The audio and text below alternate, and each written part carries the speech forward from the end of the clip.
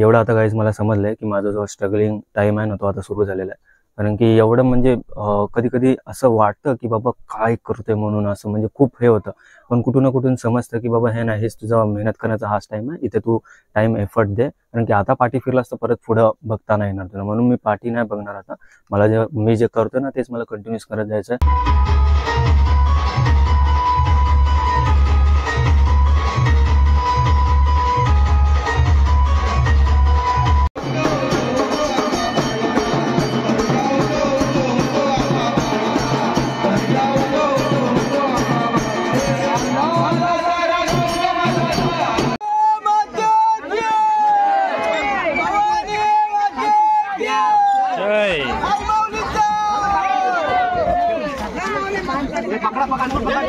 तसं बघायला गेलं तर हा जो आहे गावातला ब्लॉग आहे, तर एन्जॉय द ब्लॉग. आणि तुम्ही जर आतापर्यंत माझ्या चॅनलला सबस्क्राईब नसेल केलं तर चॅनलला सबस्क्राईब करून घ्या, कारण की याच्यावरच आपले म्हणजे माझे डेली ब्लॉग्स येतात. आणि हा ब्लॉग जो आहे ना तो माझे जे बाकी ब्लॉग्स आहेत ना त्यांच्याशी अगोदरच आहे.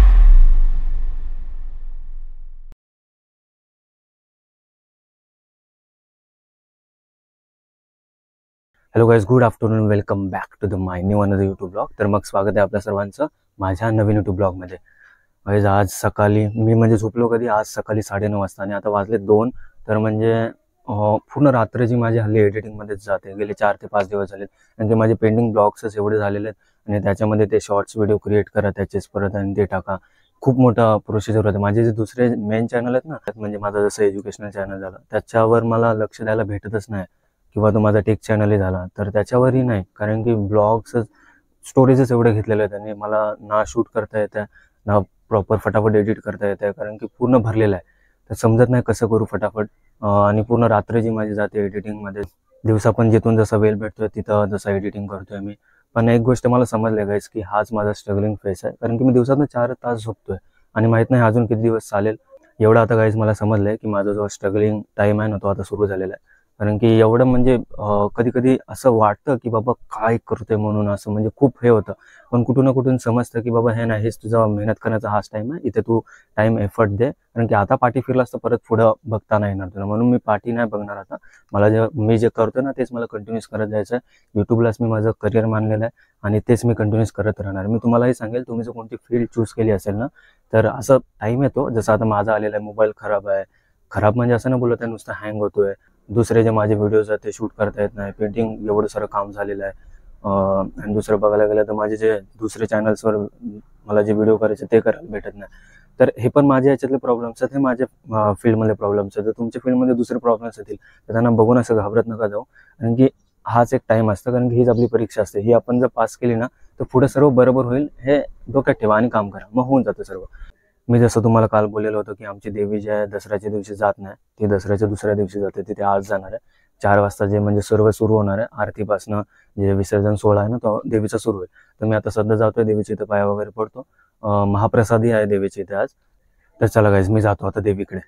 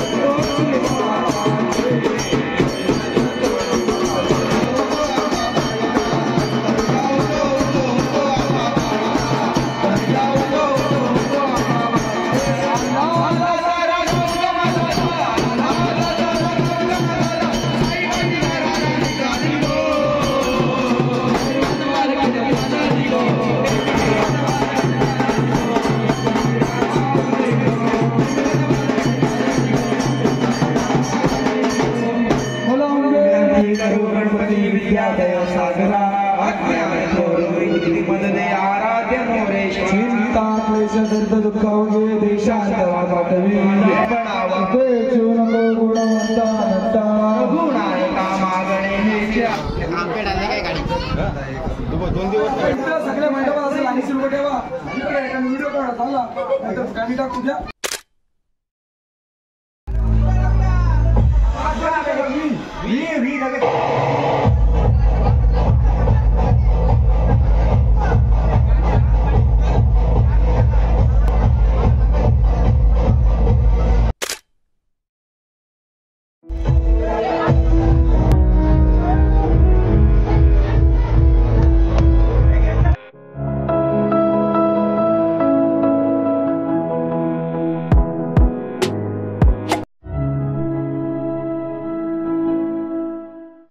हे गाईज आमची जी देवी निघालेली आहे तर पूर्ण आरती वगैरे झाली आता तुम्ही बघितलीच असेल.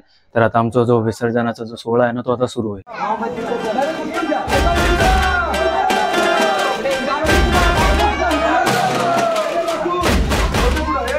वन साइड का जातो.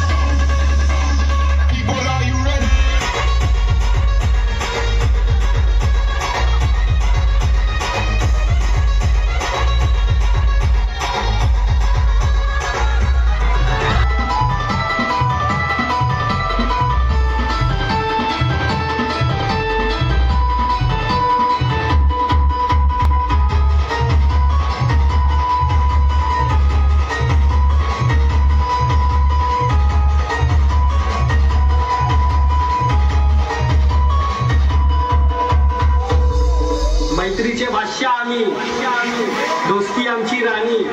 हवा तर करतोच, बाकी मित्रांची वेळ